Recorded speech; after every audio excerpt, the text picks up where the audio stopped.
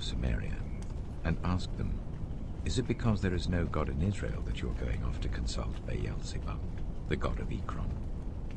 Therefore this is what the Lord says, you will not leave the bed you are lying on. You will certainly die." So Elijah went. When the messengers returned to the king, he asked them, "Why have you come back?" "A man came to meet us," they replied, "and he said to us, 'Go back to the king who sent you, and tell him this is what the Lord says. Is it because there is no God in Israel that you are sending messengers to consult Baal-zebub, the god of Ekron? Therefore you will not leave the bed you are lying on. You will certainly die.'" The king asked them, "What kind of man was it who came to meet you and told you this?" They replied, "He had a garment of hair and had a leather belt round his waist." The king said, "That was Elijah the Tishbite." Then he sent to Elijah a captain with his company of 50 men. The captain went up to Elijah, who was sitting on the top of a hill, and said to him, "Man of God, the king says, 'Come down.'" Elijah answered the captain, "If I am a man of God, may fire come down from heaven and consume you and your 50 men." Then the fire fell from heaven and consumed the captain and his men. At this the king sent to Elijah another captain with his 50 men. The captain said to him, "Man of God, this is what the king says. Come down at once." "If I am a man of God," Elijah replied, "may fire come down from heaven and consume you and your 50 men." Then the fire of God fell from heaven and consumed him and his 50 men. So the king sent a third captain with his 50 men.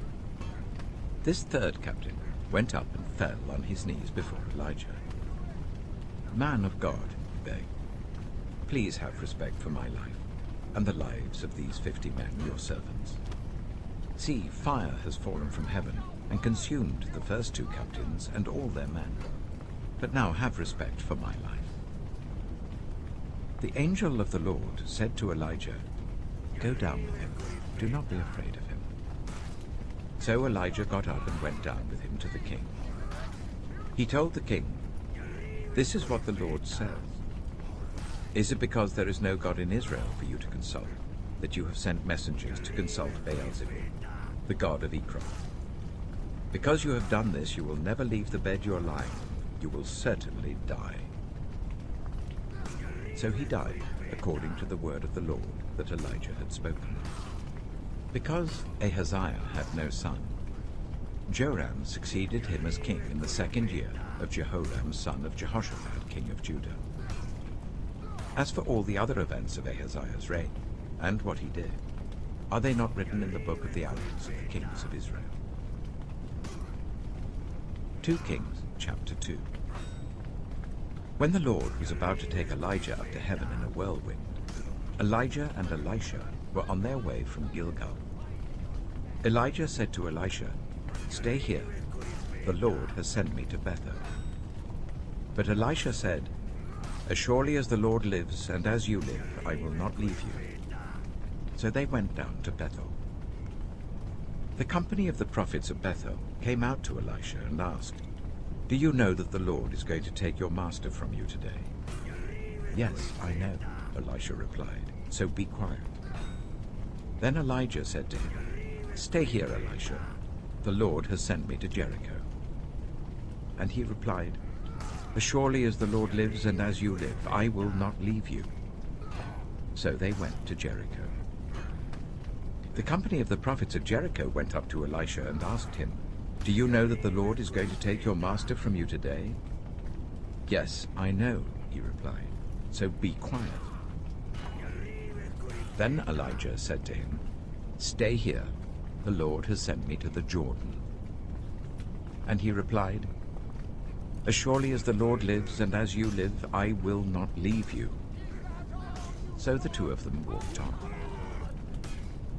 50 men from the company of the prophets went and stood at a distance, facing the place where Elijah and Elisha had stopped at the Jordan. Elijah took his cloak, rolled it up, and struck the water with it. The water divided to the right and to the left, and the two of them crossed over on dry ground. When they had crossed, Elijah said to Elisha, "Tell me, what can I do for you before I'm taken from you?"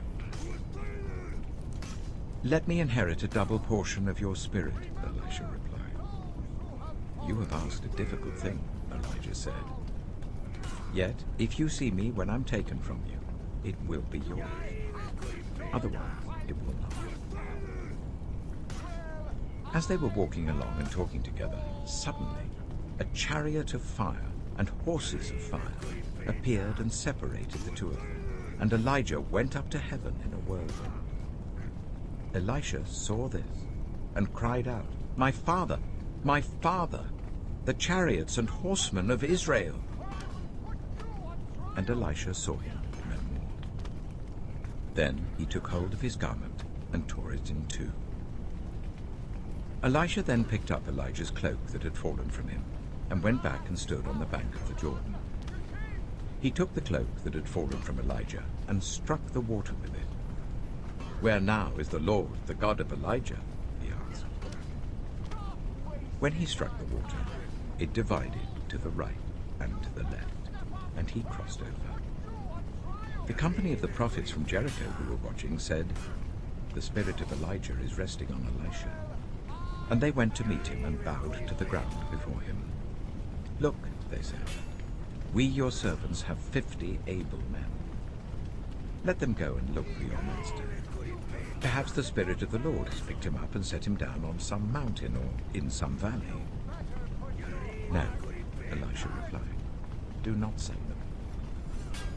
But they persisted until he was too embarrassed to refuse. So he said, "Send them."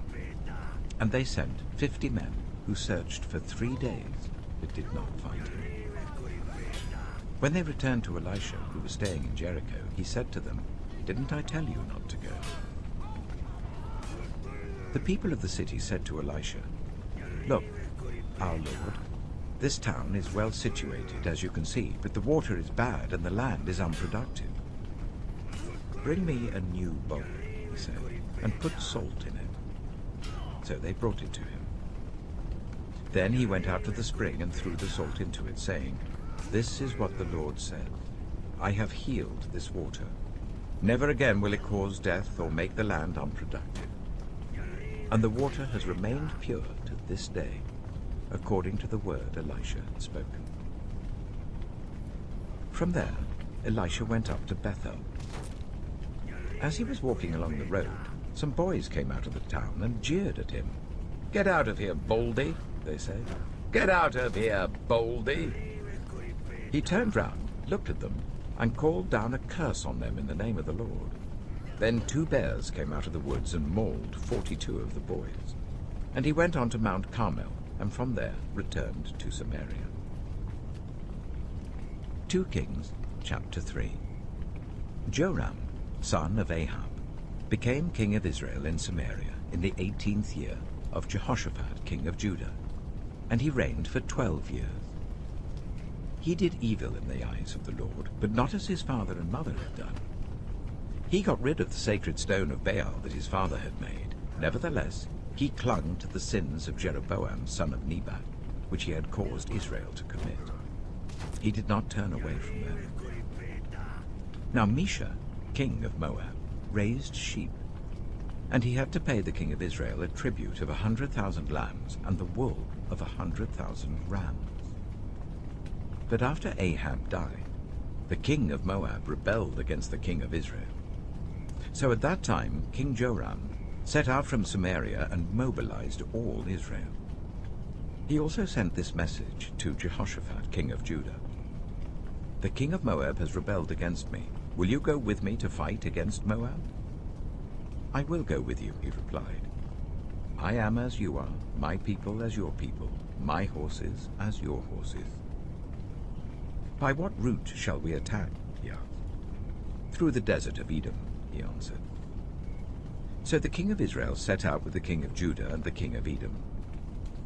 After a roundabout march of 7 days, the army had no more water for themselves or for the animals with them. "What?" exclaimed the king of Israel. Has the Lord called us 3 kings together, only to deliver us into the hands of Moab? But Jehoshaphat asked, Is there no prophet of the Lord here, through whom we may inquire of the Lord? An officer of the king of Israel answered, Elisha, son of Shaphat, is here. He used to pour water on the hands of Elijah. Jehoshaphat said, The word of the Lord is with him. So the king of Israel and Jehoshaphat and the king of Edom went down to him. Elisha said to the king of Israel, Why do you want to involve me? Go to the prophets of your father and the prophets of your mother. No, the king of Israel answered, because it was the Lord who called us 3 kings together to deliver us into the hands of Moab. Elisha said, As surely as the Lord Almighty lives, whom I serve, if I did not have respect for the presence of Jehoshaphat, king of Judah, I would not pay any attention to you. But now, bring me a harpist. While the harpist was playing, the hand of the Lord came on Elisha, and he said, This is what the Lord says. I will fill this valley with pools of water. For this is what the Lord says. You will see neither wind nor rain, yet this valley will be filled with water, and you, your cattle, and your other animals will drink. This is an easy thing in the eyes of the Lord. He will also deliver Moab into your hands. You will overthrow every fortified city and every major town. You will cut down every good tree, pluck up all the springs, and ruin every good field with stones. The next morning, about the time for offering the sacrifice, there it was, water flowing from the direction of Edom, and the land was filled with water. Now all the Moabites had heard that the kings had come to fight against them, so every man, young and old, who could bear arms, was called up and stationed on the border. When they got up early in the morning, the sun was shining on the water. To the Moabites across the way, the water looked red, like blood. That's blood, they said. Those kings must have fought and slaughtered each other. Now to the plunder, Moab. But when the Moabites came to the camp of Israel, the Israelites rose up and fought them until they fled. And the Israelites invaded the land and slaughtered the Moabites. They destroyed the towns, and each man threw a stone on every good field until it was covered. They stopped up all the springs and cut down every good tree. Only Kir-Hareseth was left with its stones in place, but men armed with slings surrounded it and attacked it. When the king of Moab saw that the battle had gone against him, he took with him 700 swordsmen to break through to the king of Edom, but they failed. Then he took his firstborn son, who was to succeed him as king, and offered him as a sacrifice on the city wall. The fury against Israel was great. They withdrew and returned to their own land. 2 Kings, chapter 4. The wife of a man from the company of the prophets cried out to Elisha, Your servant, my husband, is dead, and you know that he revered the Lord. But now his creditor is coming to take my 2 boys as his slaves. Elisha replied to her, How can I help you? Tell me, what do you have in your house? Your servant has nothing there at all, she said, except a small jar of olive oil. Elisha said, Go round and ask all your neighbors for empty jars. Don't ask for just a few. Then go inside and shut the door behind you and your sons. Pour oil into all the jars, and as each is filled, put it to one side. She left him and shut the door behind her and her sons. They brought the jars to her, and she kept pouring. When all the jars were full, she said to her son, Bring me another one. But he replied, There's not a jar left. Then the oil stopped flowing. She went and told the man of God, and he said, Go, sell the oil and pay your debts. You and your sons can live on what is left. One day, Elisha went to Shunem, and a well-to-do woman was there who urged him to stay for a meal. So whenever he passed by, he stopped there to eat. She said to her husband, "I know that this man who often comes our way is a holy man of God. Let's make a small room on the roof and put in it a bed and a table, a chair and a lamp for him. Then he can stay there whenever he comes to us." One day, when Elisha came, he went up to his room and lay down there. He said to his servant Gehazi, "Call the Shunammite." So he called her, and she stood before him. Elisha said to Gehazi, "Tell her, you have gone to all this trouble for us. Now what can be done for you? Can we speak on your behalf to the king or the commander of the army?" She replied, "I have a home among my own people." "What can be done for her?" Elisha asked. Gehazi said, "She has no son, and her husband is old." Then Elisha said, "Call her." So he called her, and she stood in the doorway. "About this time next year," Elisha said, "you will hold a son in your arms." "No, my lord," she objected. "Please, man of God, don't mislead your servant." But the woman became pregnant, and the next year, about that same time, she gave birth to a son, just as Elisha had told her. The child grew, and one day he went out to his father, who was with the reapers. He said to his father, "My head, my head." His father told a servant, "Carry him to his mother." After the servant had lifted him up and carried him to his mother, the boy sat on her lap until noon, and then he died. She went up and laid him on the bed of the man of God, then shut the door and went out. She called her husband and said, "Please send me one of the servants and a donkey, so I can go to the man of God quickly and return." "Why go to him today?" he asked. "It's not the new moon or the Sabbath." "That's all right," she said. She saddled the donkey and said to her servant, "Lead on. Don't slow down for me unless I tell you." So she set out and came to the man of God at Mount Carmel. When he saw her in the distance, the man of God said to his servant Gehazi, "Look, there's the Shunammite. Run to meet her and ask her, 'Are you all right? Is your husband all right? Is your child all right?'" "Everything is all right," she said. When she reached the man of God at the mountain, she took hold of his feet. Gehazi came over to push her away, but the man of God said, "Leave her alone. She is in bitter distress, but the Lord has hidden it from me and has not told me why." "Did I ask you for a son, my lord?" she said. "Didn't I tell you, don't raise my hopes?" Elisha said to Gehazi, "Tuck your cloak into your belt. Take my staff in your hand and run. Don't greet anyone you meet, and if anyone greets you, do not answer. Lay my staff on the boy's face." But the child's mother said, "As surely as the Lord lives and as you live, I will not leave you." So he got up and followed her. Gehazi went on ahead and laid the staff on the boy's face, but there was no sound or response.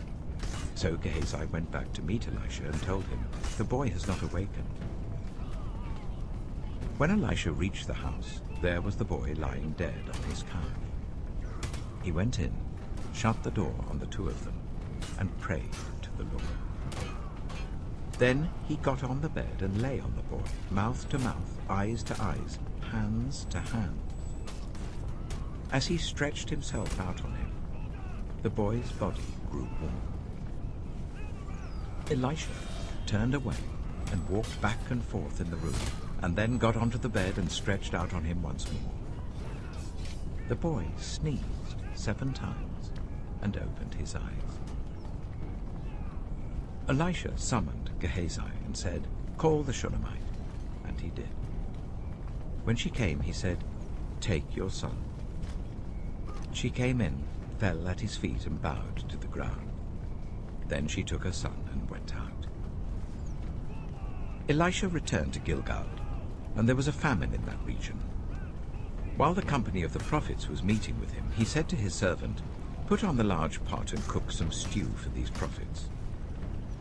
One of them went out into the fields to gather herbs and found a wild gourd plant and picked as many of its gourds as his garment could hold. When he returned, he cut them up into the pot of stew, though no one knew what they were.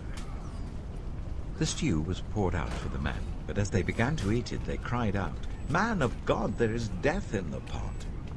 And they could not eat it. Elisha said, "Get some flour." He put it into the pot and said, "Serve it to the people to eat." And there was nothing harmful in the pot. A man came from Baal Shalisha, bringing the man of God 20 loaves of barley bread baked from the first ripe corn, along with some ears of new corn. "Give it to the people to eat," Elisha said. "How can I set this before 100 men?" his servant asked. But Elisha answered, "Give it to the people to eat, for this is what the Lord says. They will eat and have some left over." Then he set it before them, and they ate and had some left over, according to the word of the Lord. 2 Kings chapter 5. Now Naaman was commander of the army of the king of Aram. He was a great man in the sight of his master, and highly regarded, because through him the Lord had given victory to Aram. He was a valiant soldier, but he had leprosy. Now bands of raiders from Aram had gone out and had taken captive a young girl from Israel, and she served Naaman's wife. She said to her mistress, "If only my master would see the prophet who is in Samaria, he would cure him of his leprosy." Naaman went to his master and told him what the girl from Israel had said. "By all means go," the king of Aram replied. "I will send a letter to the king of Israel." So Naaman left, taking with him 10 talents of silver, 6,000 shekels of gold, and 10 sets of clothing. The letter that he took to the king of Israel read, "With this letter I am sending my servant Naaman to you, so that you may cure him of his leprosy." As soon as the king of Israel read the letter, he tore his robes and said, "Am I God? Can I kill and bring back to life? Why does this fellow send someone to me to be cured of his leprosy? See how he is trying to pick a quarrel with me." When Elisha, the man of God, heard that the king of Israel had torn his robes, he sent him this message, "Why have you torn your robes? Make the man come to me, and he will know that there is a prophet in Israel." So Naaman went with his horses and chariots and stopped at the door of Elisha's house. Elisha sent a messenger to say to him, "Go, wash yourself 7 times in the Jordan, and your flesh will be restored, and you will be cleansed." But Naaman went away angry and said, "I thought that he would surely come out to me and stand and call on the name of the Lord his God, wave his hand over the spot and cure me of my leprosy. Are not Abana and Pharpar, the rivers of Damascus, better than all the waters of Israel? Couldn't I wash in them and be cleansed?" So he turned and went off in a rage. Naaman's servants went to him and said, "My father, if the prophet had told you to do some great thing, would you not have done it? How much more then when he tells you, 'Wash and be cleansed'?"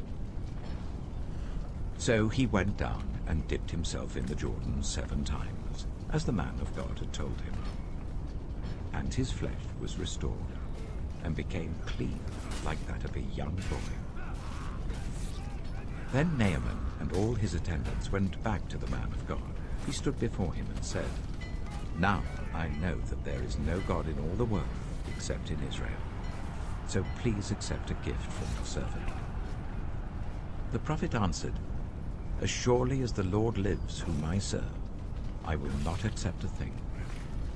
And even though Naaman urged him, he refused. "If you will not," said Naaman, "please let me, your servant, be given as much earth as a pair of mules can carry, for your servant will never again make burnt offerings and sacrifices to any other god but the Lord. But may the Lord forgive your servant for this one thing. When my master enters the temple of Rimmon to bow down, and he is leaning on my arm, and I have to bow there also, when I bow down in the temple of Rimmon, may the Lord forgive your servant." Go in peace, Elisha said. After Naaman had traveled some distance, Gehazi, the son of Elisha, the man of God, said to himself, "My master was too easy on Naaman, this Aramean, by not accepting from him what he brought. For surely as the Lord lives, I will run after him and get something from him." So Gehazi hurried after Naaman. When Naaman saw him running towards him, he got down from the chariot to meet him. "Is everything all right?" he answered. "Everything is all right," Gehazi answered. "My master sent me to say, 2 young men from the company of the prophets have just come to me from the hill country of Ephraim. Please give them a talent of silver and 2 sets of clothing." "By all means, take 2 talents," said Naaman. He urged Gehazi to accept them, and then tied up the 2 talents of silver in 2 bags with 2 sets of clothing. He gave them to 2 of his servants, and they carried them ahead of Gehazi. When Gehazi came to the hill, he took the things from the servants and put them away in the house. He sent the men away, and they left. When he went in and stood before his master, Elisha asked him, "Where have you been, Gehazi?" "Your servant didn't go anywhere," Gehazi answered. But Elisha said to him, "Was not my spirit with you when the man got down from his chariot to meet you? Is this the time to take money, or to accept clothes, or olive groves and vineyards, or flocks and herds, or male and female slaves? Naaman's leprosy will cling to you and your descendants forever." Then Gehazi went from Elisha's presence, and his skin was leprous. It had become as white as snow. 2 Kings chapter 6. The company of the prophets said to Elisha, "Look, the place where we meet with you is too small for us. Let us go to the Jordan, where each of us can get a pole, and let us build a place there for us to meet." And he said, "Go." Then one of them said, "Won't you please come with your servants?" "I will," Elisha replied, and he went with them. They went to the Jordan and began to cut down trees. As one of them was cutting down a tree, the iron axe head fell into the water. "Oh no, my lord," he cried out. "It was borrowed." The man of God asked, "Where did it fall?" When he showed him the place, Elisha cut a stick and threw it there, and made the iron float. "Lift it out," he said. Then the man reached out his hand and took it. Now the king of Aram was at war with Israel. After conferring with his officers, he said, "I will set up my camp in such and such a place." The man of God sent word to the king of Israel, "Beware of passing that place, because the Arameans are going down there." So the king of Israel checked on the place indicated by the man of God. Time and again Elisha warned the king, so that he was on his guard in such places. This enraged the king of Aram.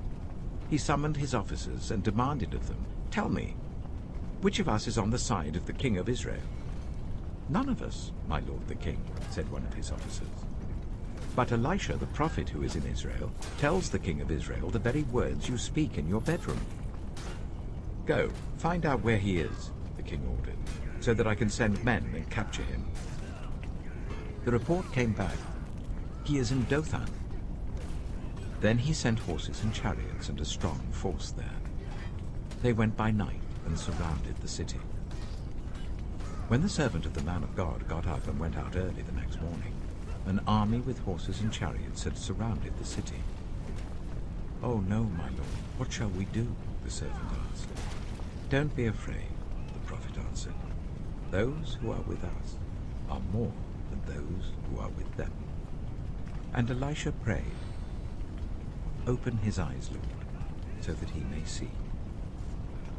Then the Lord opened the servant's eyes, and he looked, and saw the hills full of horses and chariots of fire all round Elisha. As the enemy came down towards him, Elisha prayed to the Lord, "Strike this army with blindness." So he struck them with blindness, as Elisha had asked. Elisha told them, "This is not the road, and this is not the city. Follow me, and I will lead you to the man you are looking for." and he led them to Samaria. After they entered the city, Elisha said, "Lord, open the eyes of these men so that they can see."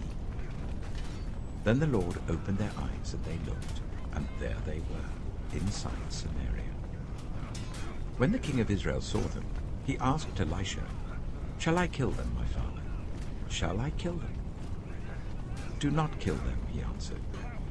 "Would you kill those you have captured with your own sword or bow? Set food and water before them, so that they may eat and drink and then go back to their master." So he prepared a great feast for them, and after they had finished eating and drinking, he sent them away, and they returned to their master. So the bands from Aram stopped raiding Israel's territory. Some time later, Ben-Hadad, king of Aram, mobilized his entire army and marched up and laid siege to Samaria. There was a great famine in the city. The siege lasted so long that a donkey's head sold for 80 shekels of silver, and a quarter of a cab of seed pods for 5 shekels. As the king of Israel was passing by on the wall, a woman cried to him, "Help me, my lord the king." The king replied, "If the Lord does not help you, where can I get help for you? From the threshing floor? From the winepress?" Then he asked her, "What's the matter?" She answered, "This woman said to me, 'Give up your son, so that we may eat him today, and tomorrow we'll eat my son.' So we cooked my son and ate him. The next day I said to her, 'Give up your son, so that we may eat him.' But she had hidden him." When the king heard the woman's words, he tore his robes. As he went along the wall, the people looked, and they saw that under his robes he had sackcloth on his body. He said, "May God deal with me, be it ever so severely, if the head of Elisha, son of Shaphat, remains on his shoulders today." Now Elisha was sitting in his house, and the elders were sitting with him.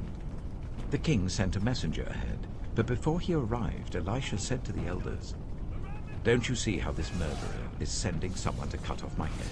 Look, when the messenger comes, shut the door and hold it shut against him. Is not the sound of his master's footsteps behind him?"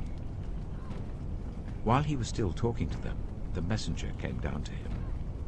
The king said, "This disaster is from the Lord. Why should I wait for the Lord any longer?" 2 Kings chapter 7. Elisha replied, "Hear the word of the Lord. This is what the Lord says. About this time tomorrow, a seah of the finest flour will sell for a shekel, and 2 seahs of barley for a shekel at the gate of Samaria." The officer on whose arm the king was leaning said to the man of God, "Look, even if the Lord should open the floodgates of the heavens, could this happen?" "You will see it with your own eyes," answered Elisha, "but you will not eat any of it." Now there were 4 men with leprosy at the entrance of the city gate. They said to each other, "Why stay here until we die? If we say we'll go into the city, the famine is there and we will die. And if we stay here, we will die. So let's go over to the camp of the Arameans and surrender. If they spare us, we live. If they kill us, then we die." At dusk they got up and went to the camp of the Arameans. When they reached the edge of the camp, no one was there, for the Lord had caused the Arameans to hear the sound of chariots and horses and a great army, so that they said to one another, "Look, the king of Israel has hired the Hittite and Egyptian kings to attack us." So they got up and fled in the dusk, and abandoned their tents and their horses and donkeys. They left the camp as it was and ran for their lives. The men who had leprosy reached the edge of the camp, entered one of the tents, and ate and drank. Then they took silver, gold, and clothes and went off and hid them. They returned and entered another tent, and took some things from it and hid them also. Then they said to each other, "What we're doing is not right. This is a day of good news, and we're keeping it to ourselves. If we wait until daylight, punishment will overtake us. Let's go at once and report this to the royal palace." So they went and called out to the city gatekeepers and told them, "We went into the Aramean camp, and no one was there, not a sound of anyone. Only tethered horses and donkeys, and the tents left just as they were." The gatekeepers shouted the news, and it was reported within the palace. The king got up in the night and said to his officers, "I will tell you what the Arameans have done to us. They know we are starving. So they have left the camp to hide in the countryside, thinking they will surely come out, and then we will take them alive and get into the city." One of his officers answered, "Make some men take 5 of the horses that are left in the city. Their plight will be like that of all the Israelites left here. Yes, they will only be like all these Israelites who are doomed. So let us send them to find out what happened." So they selected 2 chariots with their horses, and the king sent them after the Aramean army.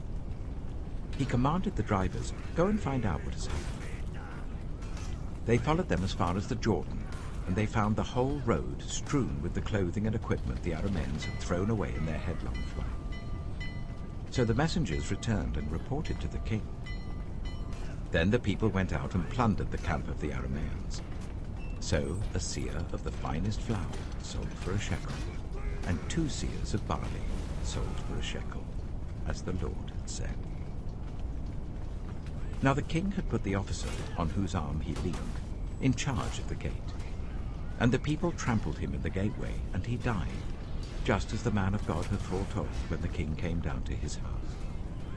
It happened as the man of God had said to the king, "About this time tomorrow, a seah of the finest flour will sell for a shekel, and 2 seahs of barley for a shekel at the gate of Samaria." The officer had said to the man of God, "Look, even if the Lord should open the floodgates of the heavens, could this happen?" The man of God had replied, "You will see it with your own eyes, but you will not eat any of it." And that is exactly what happened to him. But the people trampled him in the gateway, and he died. 2 Kings, chapter 8. Now Elisha had said to the woman whose son he had restored to life, "Go away with your family and stay for a while wherever you can, because the Lord has decreed a famine in the land that will last 7 years." The woman proceeded to do as the man of God said. She and her family went away and stayed in the land of the Philistines for 7 years. At the end of 7 years she came back from the land of the Philistines and went to appeal to the king for her house and land.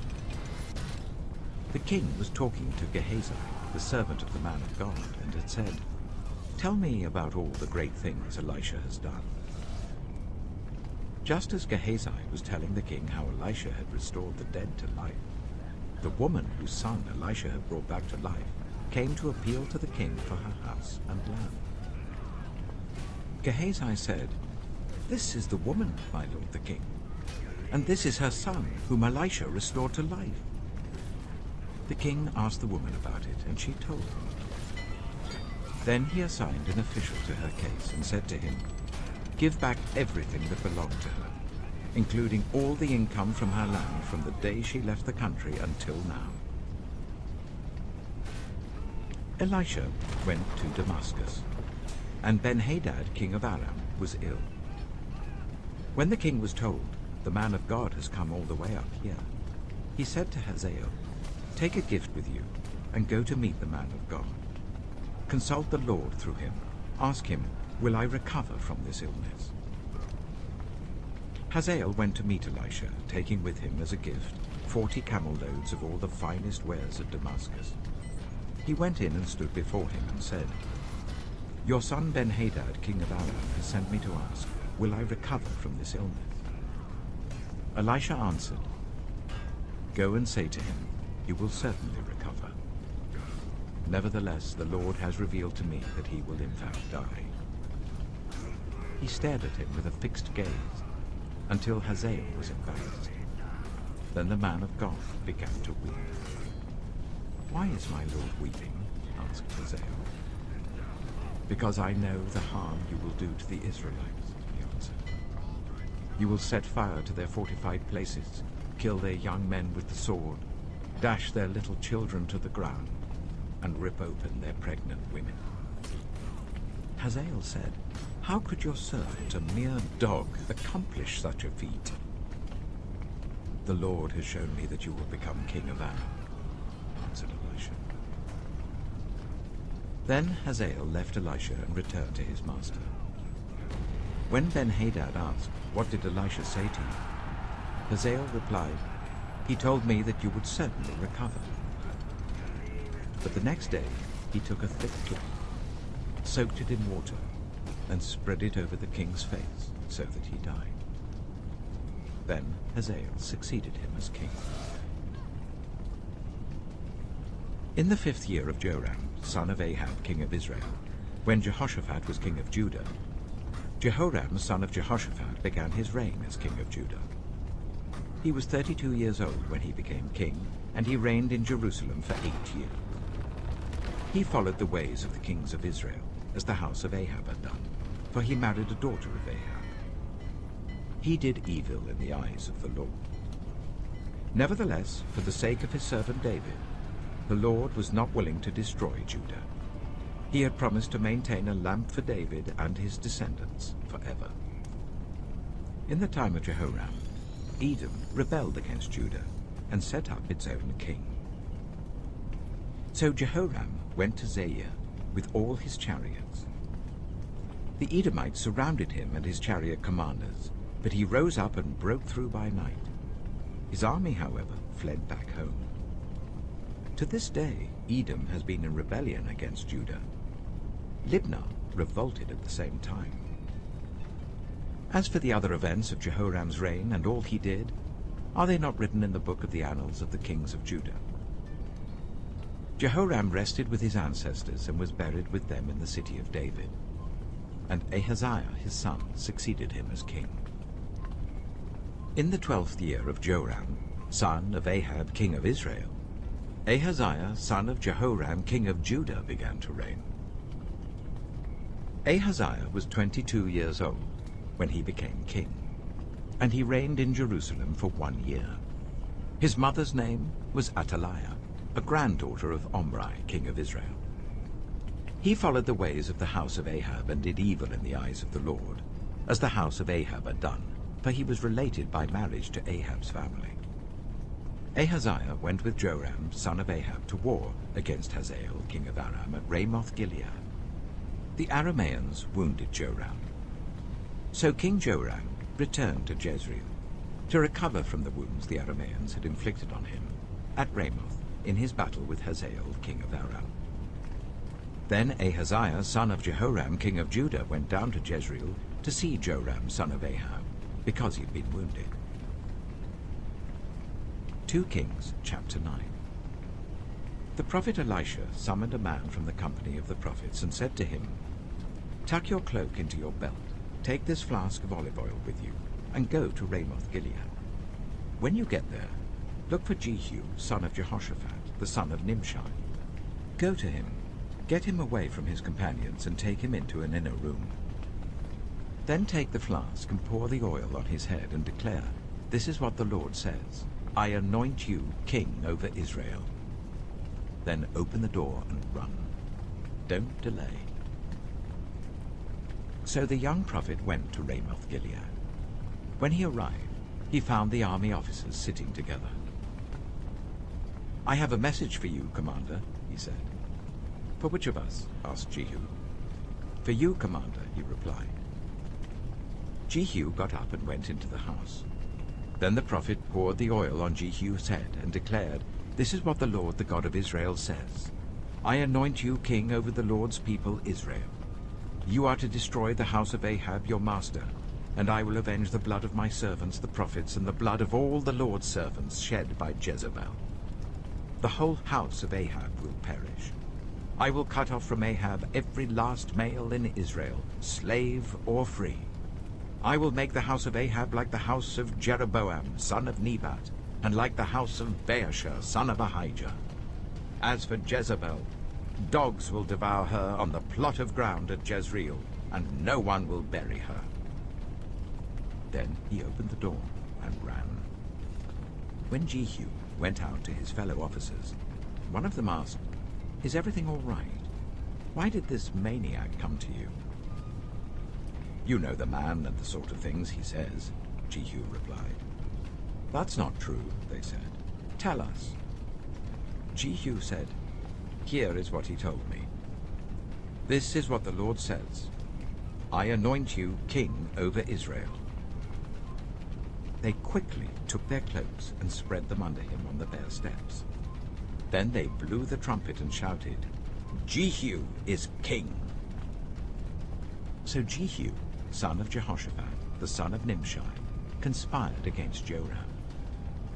Now Joram and all Israel had been defending Ramoth-Gilead against Hazael, king of Aram. But King Joram had returned to Jezreel to recover from the wounds the Arameans had inflicted on him in the battle with Hazael, king of Aram. Jehu said, If you desire to make me king, don't let anyone slip out of the city to go and tell the news in Jezreel. Then he got into his chariot and rode to Jezreel, because Joram was resting there, and Ahaziah, king of Judah, had gone down to see him. When the lookout standing on the tower in Jezreel saw Jehu's troops approaching, he called out, I see some troops coming. Get a horseman, Joram ordered. Send him to meet them and ask, Do you come in peace? The horseman rode off to meet Jehu and said, This is what the king says, Do you come in peace? What do you have to do with peace? Jehu replied. Fall in behind me. The lookout reported, The messenger has reached them, but he isn't coming back. So the king sent out a second horseman. When he came to them, he said, This is what the king says, Do you come in peace? Jehu replied, What do you have to do with peace? Fall in behind me. The lookout reported, He has reached them, but he isn't coming back either. The driving is like that of Jehu, son of Nimshi. He drives like a maniac. Hitch up my chariot, Joram ordered.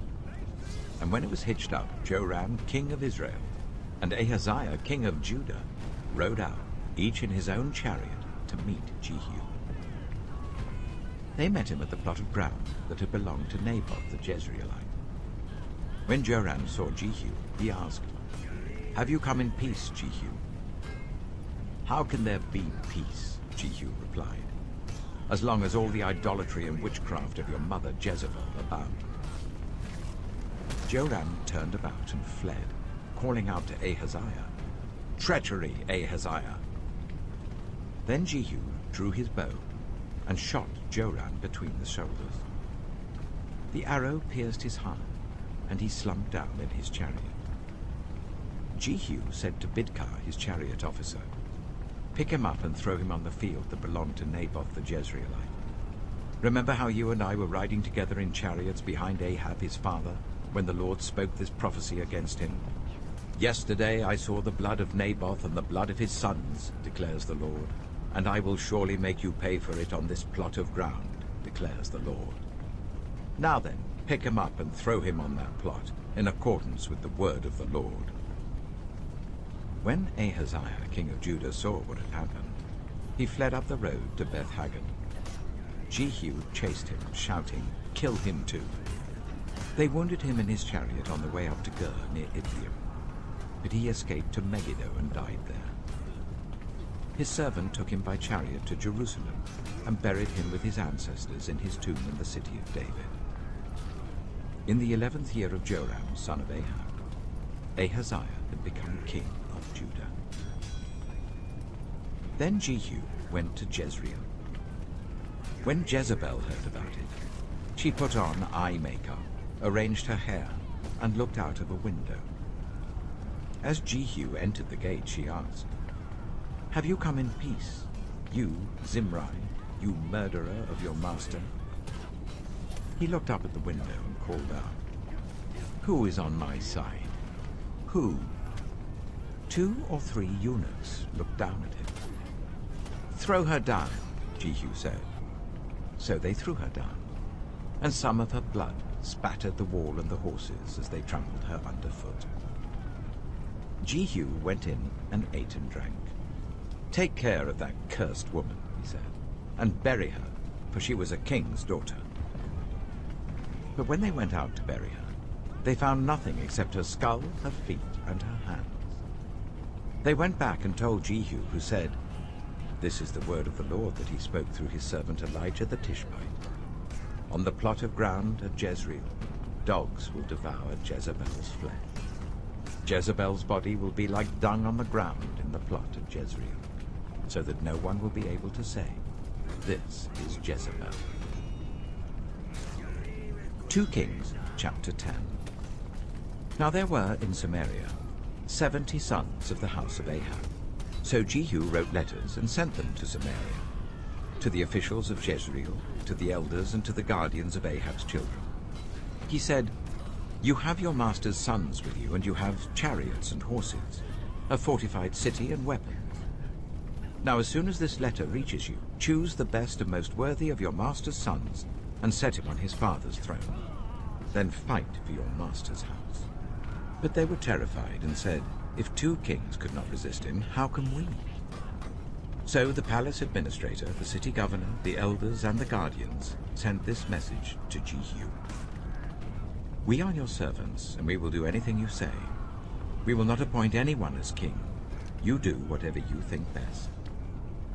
Then Jehu wrote them a second letter, saying, "If you are on my side and will obey me, take the heads of your master's sons and come to me in Jezreel by this time tomorrow."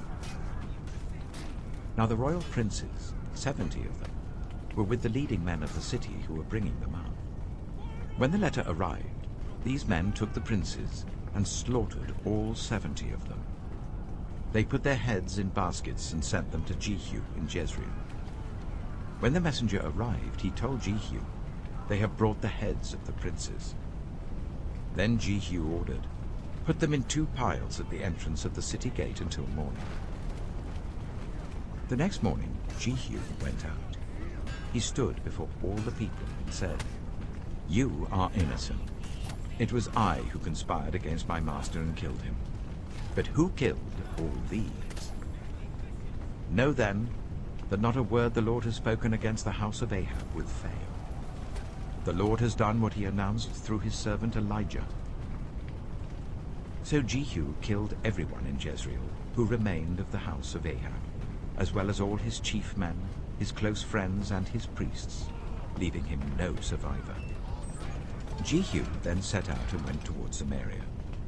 At Beth-eked of the shepherds, he met some relatives of Ahaziah, king of Judah, and asked, "Who are you?" They said, "We are relatives of Ahaziah, and we have come down to greet the families of the king and of the queen mother." "Take them alive," he ordered. So they took them alive and slaughtered them by the well of Beth-eked, 42 of them. He left no survivor. After he left there, he came upon Jehonadab, son of Rechab, who was on his way to meet him. Jehu greeted him and said, "Are you in accord with me, as I am with you?" "I am," Jehonadab answered. "If so," said Jehu, "give me your hand." So he did, and Jehu helped him up into the chariot. Jehu said, "Come with me and see my zeal for the Lord." Then he made him ride in his chariot. When Jehu came to Samaria, he killed all who were left there of Ahab's family. He destroyed them, according to the word of the Lord spoken to Elijah. Then Jehu brought all the people together and said to them, "Ahab served Baal a little. Jehu will serve him much. Now summon all the prophets of Baal, all his servants, and all his priests. See that no one is missing, because I am going to hold a great sacrifice for Baal. Anyone who fails to come will no longer live." But Jehu was acting deceptively in order to destroy the servants of Baal. Jehu said, "Call an assembly in honor of Baal." So they proclaimed it. Then he sent word throughout Israel, and all the servants of Baal came. Not one stayed away. They crowded into the temple of Baal until it was full from one end to the other. And Jehu said to the keeper of the wardrobe, "Bring robes for all the servants of Baal." So he brought out robes for them. Then Jehu and Jehonadab, son of Rechab, went into the temple of Baal. Jehu said to the servants of Baal, "Look around and see that no one who serves the Lord is here with you, only servants of Baal." So they went in to make sacrifices and burnt offerings. Now Jehu had posted 80 men outside with this warning: "If one of you lets any of the men I'm placing in your hands escape, it will be your life for his life." As soon as Jehu had finished making the burnt offering, he ordered the guards and officers, "Go in and kill them. Let no one escape." So they cut them down with the sword. The guards and officers threw the bodies out and then entered the inner shrine of the temple of Baal. They brought the sacred stone out of the temple of Baal and burned it. They demolished the sacred stone of Baal and tore down the temple of Baal, and people have used it for a latrine to this day. So Jehu destroyed Baal worship in Israel. However, he did not turn away from the sins of Jeroboam son of Nebat, which he had caused Israel to commit, the worship of the golden calves at Bethel and Dan. The Lord said to Jehu, "Because you have done well in accomplishing what is right in my eyes, and have done to the house of Ahab all I had in mind to do, your descendants will sit on the throne of Israel to the 4th generation."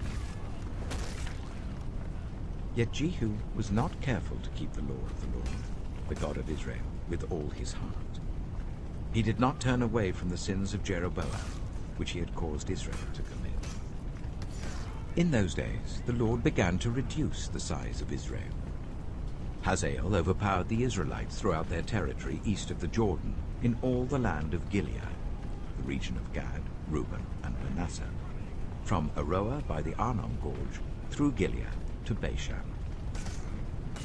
As for the other events of Jehu's reign, all he did and all his achievements, are they not written in the book of the annals of the kings of Israel? Jehu rested with his ancestors and was buried in Samaria, and Jehoahaz, his son, succeeded him as king. The time that Jehu reigned over Israel in Samaria was 28 years. 2 Kings, chapter 11. When Athaliah, the mother of Ahaziah, saw that her son was dead, she proceeded to destroy the whole royal family. But Jehoshaphat, the daughter of King Jehoram and sister of Ahaziah, took Joash, son of Ahaziah, and stole him away from among the royal princes who were about to be murdered. She put him and his nurse in a bedroom to hide him from Athaliah, so he was not killed. He remained hidden with his nurse at the temple of the Lord for 6 years, while Athaliah ruled the land.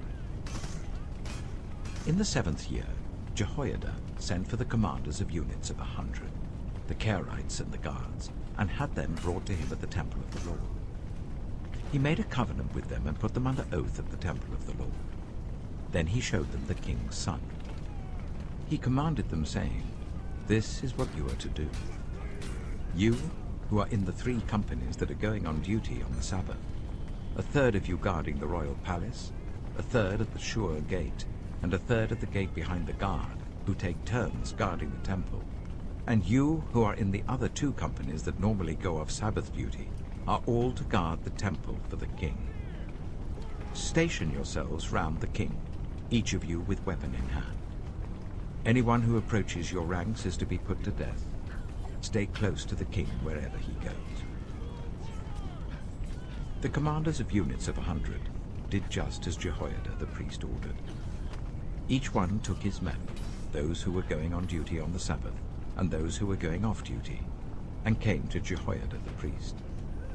Then he gave the commanders the spears and shields that had belonged to King David, and that were in the temple of the Lord. The guards, each with weapon in hand, stationed themselves round the king, near the altar and the temple, from the south side to the north side of the temple. Jehoiada brought out the king's son and put the crown on him. He presented him with a copy of the covenant and proclaimed him king.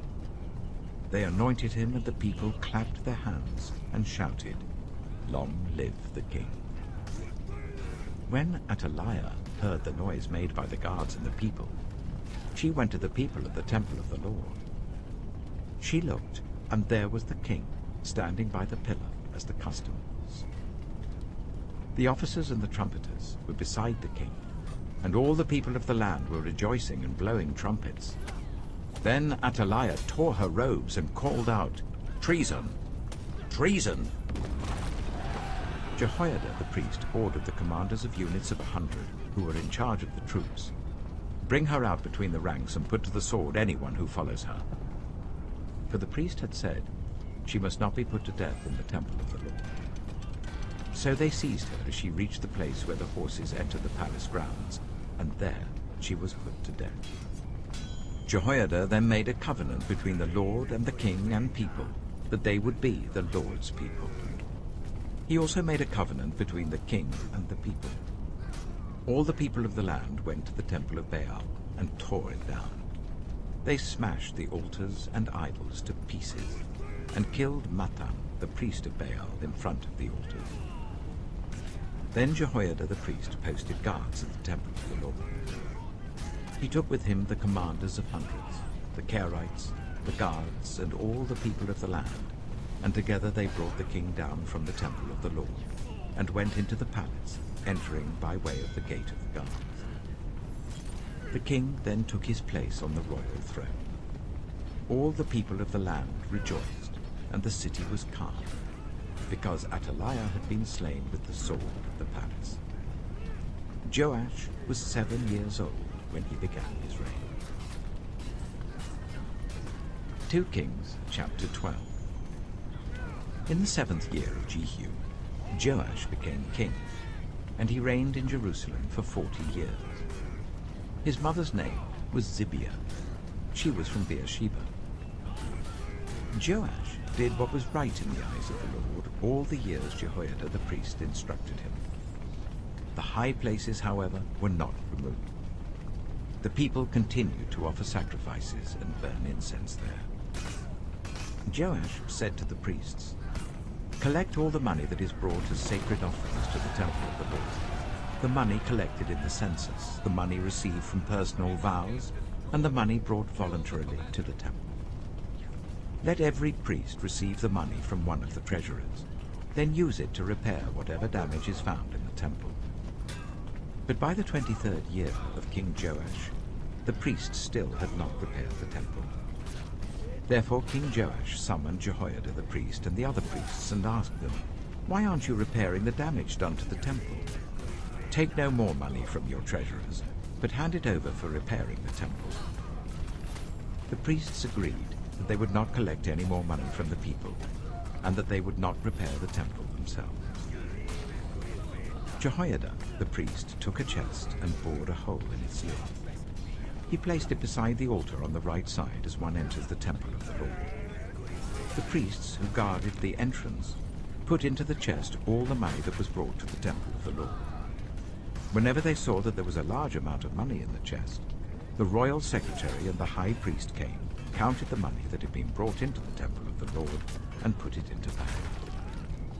When the amount had been determined, they gave the money to the men appointed to supervise the work on the temple.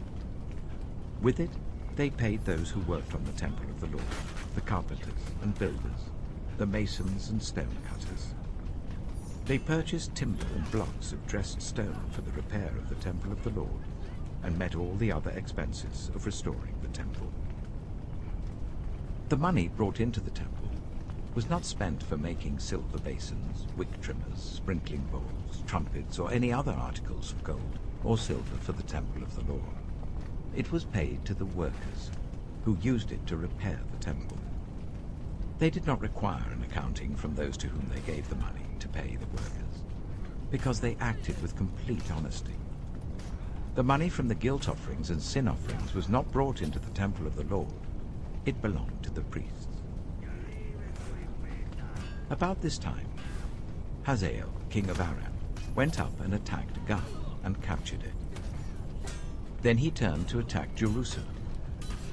But Joash, king of Judah, took all the sacred objects dedicated by his predecessors, Jehoshaphat, Jehoram, and Ahaziah, the kings of Judah, and the gifts he himself had dedicated, and all the gold found in the treasuries of the temple of the Lord and of the royal palace.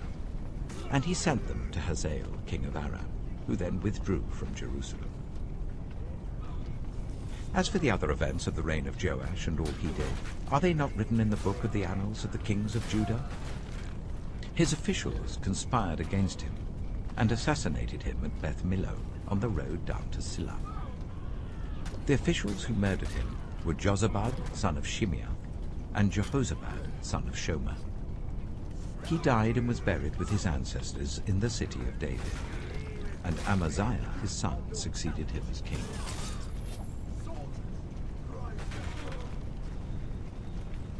2 Kings, chapter 13. In the 23rd year of Joash, son of Ahaziah, king of Judah, Jehoahaz, son of Jehu, became king of Israel in Samaria, and he reigned for 17 years. He did evil in the eyes of the Lord by following the sins of Jeroboam, son of Nebat, which he had caused Israel to commit, and he did not turn away from them. So the Lord's anger burned against Israel, and for a long time he kept them under the power of Hazael, king of Aram, and Ben-Hadad, his son. Then Jehoahaz sought the Lord's favor, and the Lord listened to him, for he saw how severely the king of Aram was oppressing Israel. The Lord provided a deliverer for Israel, and they escaped from the power of Aram. So the Israelites lived in their own homes as they had before. But they did not turn away from the sins of the house of Jeroboam, which he had caused Israel to commit. They continued in them. Also, the Asherah pole remained standing in Samaria.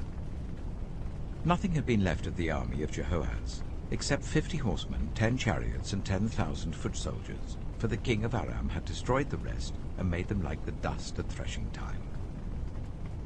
As for the other events of the reign of Jehoahaz, all he did and his achievements, are they not written in the book of the annals of the kings of Israel? Jehoahaz rested with his ancestors and was buried in Samaria, and Jehoash his son succeeded him as king.